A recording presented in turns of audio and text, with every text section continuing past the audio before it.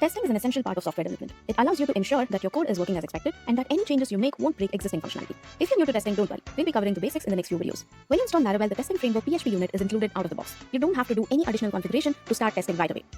You may have noticed a tests directory in the root of your application. This includes two different directories for feature tests and unit tests. Unit tests are for testing small units of the application, usually individual methods in isolation. Feature tests are for slightly more complex tests that might cover an entire feature. Generally, most of your tests should be feature tests. These type of tests provide the most confidence that your system as a whole is functioning as intended. You will notice an example test class right here. Each class has a test suffix like this, and each method within has test as the prefix. And notice the name of this test. Test, the application returns a successful response. It's very self-explanatory. That's how test cases should be named. So first, we try to access this root URL and then assert that the status is 200. The status code, response code is 200. Laravel, along with PHP unit, has several such assertion methods to test the actual result, which is this, against the expected result. If this is true, our test passes, which means this part of our code works as expected. Apart from this, we have some more tests related to the user profile here. So let's see how to run tests in the terminal.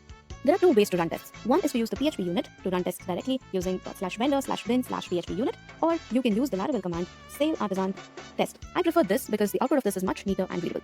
I have started the command. Notice that one by one, all the tests are executed and they're all passing. On the whole, 24 tests have passed with 56 assertions, and it took about 5.9 seconds to complete all the tasks.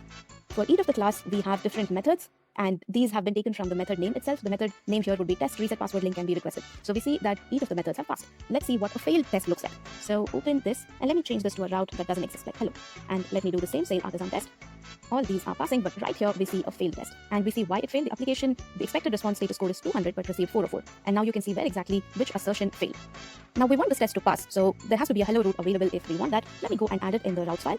Let's copy this, paste it, say hello. And let's run the test again. But I don't want to run all the tests. If I want to check if only this test is passing, what I can simply do is to sail artisan test and use the filter option and specify the name of the test method. Let me copy it from here.